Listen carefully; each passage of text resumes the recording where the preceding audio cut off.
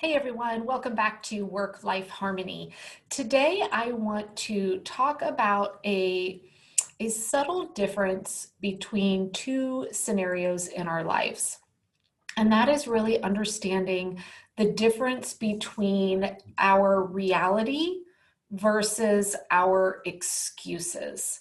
And this has been something that was percolating in my life for years before I really started to recognize and understand that there is a difference, and the difference is something that we all need to come to grips with within our lives.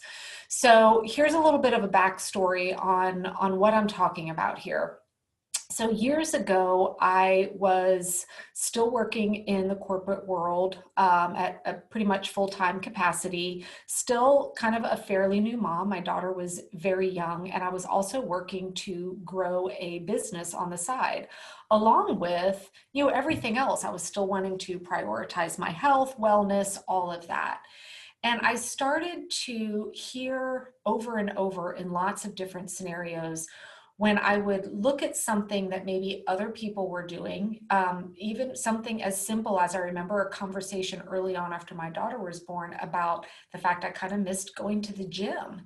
And someone had said, well, why aren't you going to the gym anymore? And I was like, well, I can't really find a way to fit that in now with my daughter. And their response was, well, you're using her as a quote excuse to, not prioritize my health and wellness. And I remember that stung at the time. I was like, man, and I remember thinking, gosh, am I? Like, what more could I restructure here? Then fast forward to a little bit later as I was working to grow this business, this side business. I remember listening to a number of training calls from a lot of leaders in this organization, and they were sharing, their journey on how they grew successful so quickly. And a lot of them were constantly reiterating, I don't watch TV anymore at night. And basically, they just started sharing how all of these sacrifices that they were willing to make in order to get the business to the place where their business had come. And there was always this message of, people would come back and say, oh, well, I can't do that because of my family situation, because of my children, because of where I live, maybe physical limitations. And there was always this knee-jerk reaction that would come back, which is, you're using that as an excuse. Basically, the message was, if you want it bad enough, you'll find a way to make it work. And I get that sometimes is the message people are trying to make, but what comes out instead is this phrase of, you're using it as an excuse. And there was a very pivotal moment for me where I was on a phone call with somebody and was really struggling, where there was this set meeting that I really couldn't make, because if I were to make that meeting every single time, it meant that I was not at a very critical point of the day with my family, where that is where my presence needed to be. And in that one-on-one meeting, she said, are you using that as an excuse to not be there? And in that moment, I had such clarity around it. And my response instantly was, no, it's not an excuse. This is my reality. And the minute the words came out of my head, or my mouth, I had such clarity in that moment of recognizing there is a difference between having an excuse versus understanding your reality and making intentional choices around that. And in that phone call, I was frustrated because it was a meeting I couldn't be at live. It was an online meeting. And I was saying, could you please record it? Because I'm committed and I want to come back and watch it. And their answer was no, because I was using my situation as an excuse. And if I wanted it bad enough, I would be on live. And I recognized it doesn't have to be that way. I was not using my situation as an excuse. That was my reality. I was still committed and I was willing to do the work, but it didn't fit for me in that exact moment in time. I had other priorities that truly were more important to me at that specific moment in time, but I was more than willing to come back later and listen to a recording. So I wanted to have this conversation because I've been seeing this pop up in a number of different places over the last several months in different, networking groups and friend groups and all of that I'm a part of, where people have felt a little guilted or almost shamed when they're saying, oh, I can't do that because my children need me at that time, or my spouse needs me, or I'm a caregiver and my parent needs me. And they've been delivered a message back of, you're using this as an excuse. And so if you are someone that is struggling with that, here's what I want you to understand. Your reality is not an excuse. It is your reality. And it's really important for everyone to understand and for themselves what is their current reality? What is your situation that it is what it is, and it's not something that can be changed in the moment? And recognize that that doesn't mean that you are now trying to create excuses for not doing certain things at certain times just because it doesn't make other people happy that you're not there, or you're not doing what it is they wanted you to do at that point in time.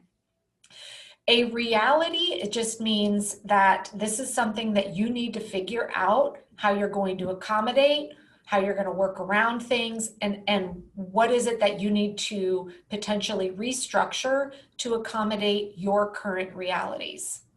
An excuse, if you're using something as an excuse, the sign that you're doing that means you're not looking for any possible solutions. You're not looking for any workarounds. So when I think back to after my daughter was born, and that person so kindly said that I was using my child as an excuse to not go to the gym anymore. No, my reality was I was in a situation where being able to go there for a number of reasons didn't work. But instead, I found a different way to meet my health and wellness goals and get the exercise that I wanted.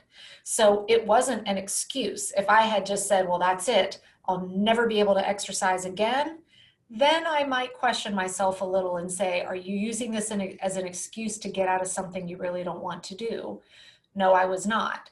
My reality in that moment was I wasn't able to go to the gym, but I could find another solution to help me meet my goals. Or I could redefine my definition of success because of my current reality.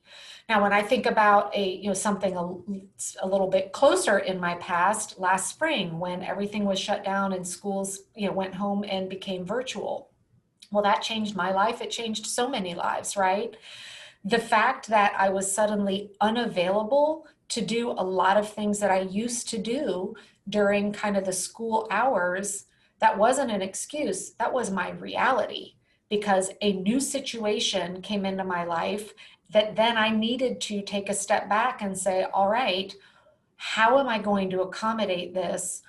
Are there things I need to let go of? Are there plans that need to change? I had some big projects I was working on. I had some goals that I was working to meet. And when that new reality presented itself, I had the choice of saying, well, I guess I'm just going to let all those other things go and use it as an excuse to walk away, or instead reframe it and say, this is my new reality. So what changes do I need to make to accommodate this? So what it meant was my work life looked a little different. Some of my goals got new dates assigned to them because I knew I wasn't going to be able to get there as quickly as I wanted to.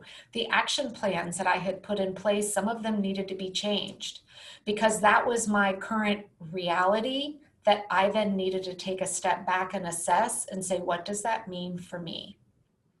So for those of you that maybe struggle with, if you've ever been guilted or maybe feeling like you shoulded into something.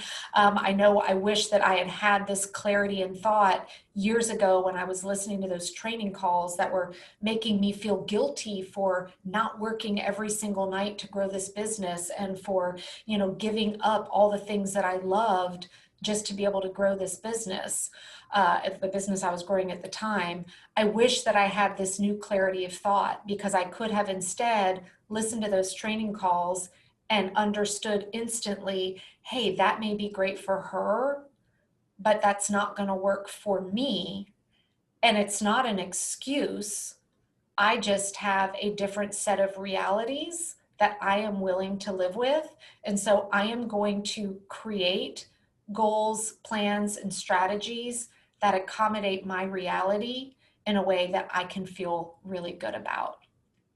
So I hope that this has given you, a little bit of food for thought on really thinking in your own life, are there things that you aren't doing that maybe you truly have tried to find excuses for why not to do it?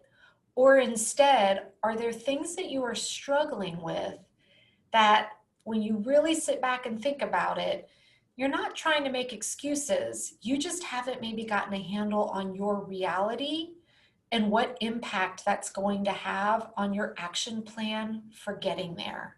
And remember, your journey is yours and yours alone.